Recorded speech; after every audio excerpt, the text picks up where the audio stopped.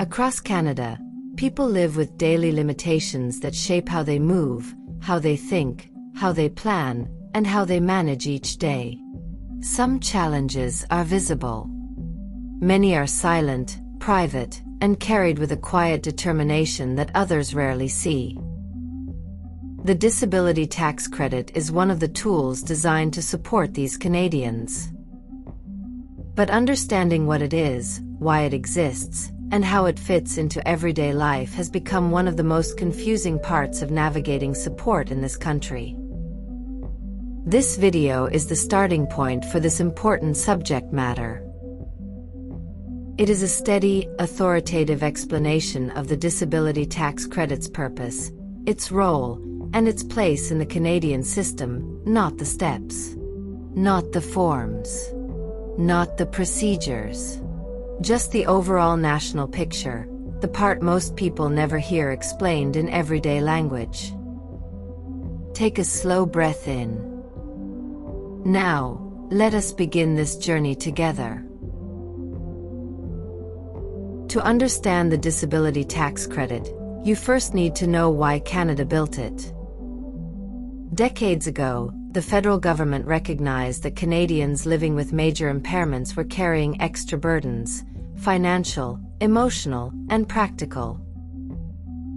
Everyday tasks required more time, more pacing, and more planning.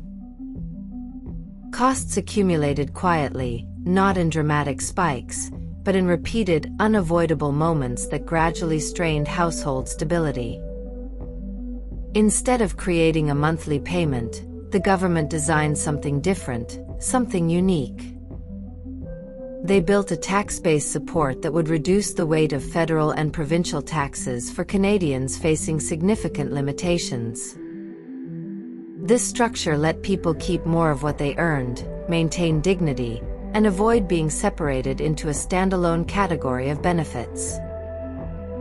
The disability tax credit was created as a stabilizer, a tool to recognize the extra effort required to live with serious impairments. The purpose has always been rooted in independence, respect, and steady, reliable support. Living with a major impairment rarely looks dramatic. Instead, it shows up in quieter ways. For some Canadians, pain builds through the day and forces them to slow their pace. For others, mental focus becomes harder to maintain, making concentration and memory feel unpredictable. Some manage mobility limits that require planning each movement. Others live with conditions that rise and fall, changing their entire week without warning. Therapies, treatments, medication routines, and regular appointments take time and energy. Travel to clinics, long wait times, and repeated explanations wear people down. Many spend hours each week simply maintaining the status quo. This ongoing weight, mental, physical, and emotional, is why the disability tax credit exists. The disability tax credit is more than a tax adjustment. It's a stabilizing force. Households dealing with major limitations face unpredictable expenses, fluctuating capacity, and changes to routine. These pressures make planning more difficult. By lowering the tax load, the disability tax credit creates room for families to redirect resources toward therapy, transportation, treatment, or basic cost of living needs. For many, approval brings a sense of recognition, a moment where the system finally mirrors their lived reality. It doesn't solve the condition, but it acknowledges its impact. The disability tax credit also acts as a key within the federal system. The Canada Revenue Agency uses DTC status to help determine eligibility for certain tax-related benefits or long-term planning tools. This doesn't mean monthly deposits. Instead, it means the system formally understands the person's circumstances. In short, the disability tax credit strengthens stability for households managing real, life-shaping limitations. The disability tax credit is misunderstood long before Canadians ever consider beginning the process. One reason is language. Canadians speak in everyday terms: fatigue, pain cycles, brain fog, mobility strain. The system uses formal descriptions like marked restriction and prolonged impairment. These terms feel unfamiliar, which creates doubt. Another reason is comparison. Many people assume they don't qualify because their disability isn't visible. They compare themselves to extreme examples and talk themselves out of exploring what applies to them. Some Canadians expect the program to function like income support. When they hear the word benefit, they naturally think of payments. The disability tax credit operates differently. It reduces tax pressure rather than providing monthly deposits. The complexity of appointments, documentation, and time demands leads to hesitation as well. Before people even begin, they feel uncertain. None of this confusion is the individual's fault. The system is structured, precise, and written in a way that rarely reflects how real people speak about their conditions. Without going into the steps or paperwork, this helps us to see the structure behind the program. The disability tax credit is administered by the Canada Revenue Agency. Their responsibility is to ensure decisions are consistent across the entire country.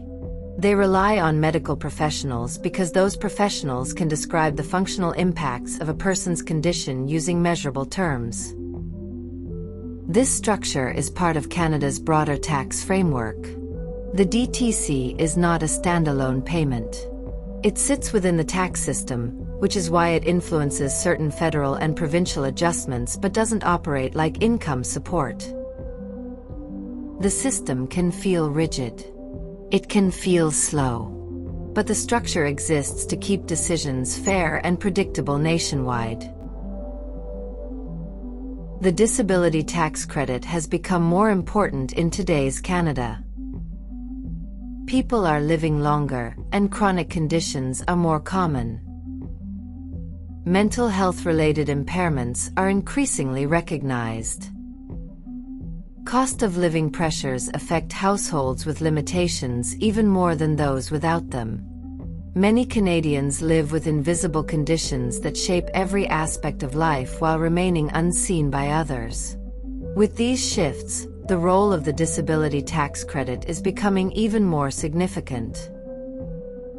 It helps create stability, reduces pressure, and acknowledges the extra effort required to live with major impairments.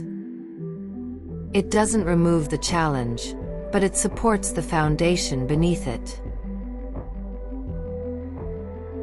For many people, the most meaningful part of the disability tax credit is the recognition it provides. When the system formally acknowledges the impact of a person's limitations, it brings a feeling of steadiness. It affirms the reality they've lived for years. It reflects the daily work, physical, mental, and emotional, that go unseen.